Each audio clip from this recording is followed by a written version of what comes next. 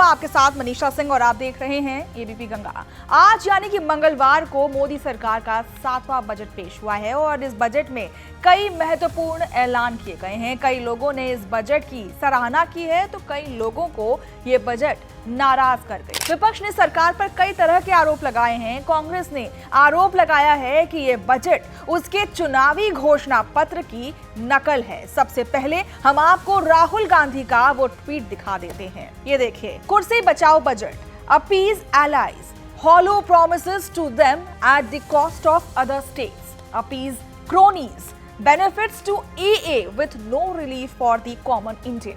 अंत में आता है copy and paste, Congress manifesto and previous budgets. देखा आपने, राहुल गांधी आरोप लगा रहे हैं कि ये बजट सिर्फ अपने करीबियों को खुश करने के लिए है, उन्हें सहूलियत देने के लिए पेश किया गया है।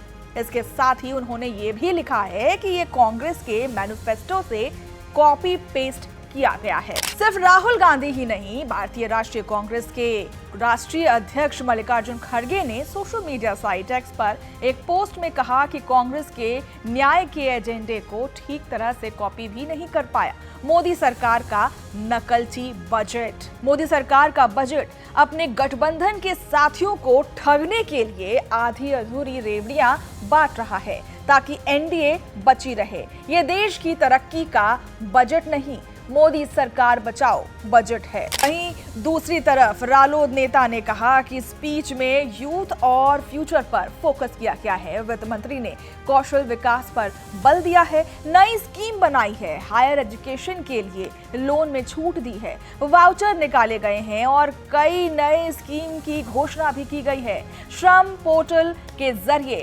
पंजीकृत श्रमिकों को स्किल डेवलपमेंट की बात की गई है और 60 करोड़ से ज्यादा आबादी के लोगों की बात हुई है। पहली बार किसी वित्त मंत्री ने इससे पहले इतनी बार विकास कौशल की बात की हो। पहली बार एक फोकस्ड बजट किया है और जो स्पीच थी एफएम की, जो उन्होंने बार बार प्रायोरिटी दी यूथ के लिए, फ्यूचर में देश जो दुनिया में चुनौतियां आ रही हैं उसके लिए हम देश को कैसे तैयार करें, कैसे विकसित भारत के सपने को पूरा करें, उन्होंने बल दिया कौशल विकास को। कई बार उन्होंने जिक्र किया, जो नई स्कीम भी बनाई है, बहुत महत्वाकांक्षी योजना, 4 करोड़ से ज़्यादा लोगों को जो हमें प्रशिक्षण हमें देना है।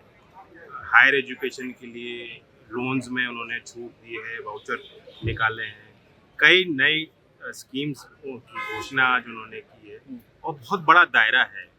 इन्होंने जो श्रम पोर्टल है, 30 करोड़ से ज़्यादा जो श्रमिक देश में पंजीकरण जिनका हो चुका, उनके कौशल विकास की बात की है। तो अगर आप स्कूली सिस्टम, हायर एजुकेशन और श्रम पोर्टल के जो लोग हैं, जो लाभार्थी, उनको जोड़ देंगे तो देश की आधी आबादी से ज़्यादा ही संख्या, 60 करोड़ से ज़्यादा संख्या है, उस आबादी के लिए इन्होंने बात की।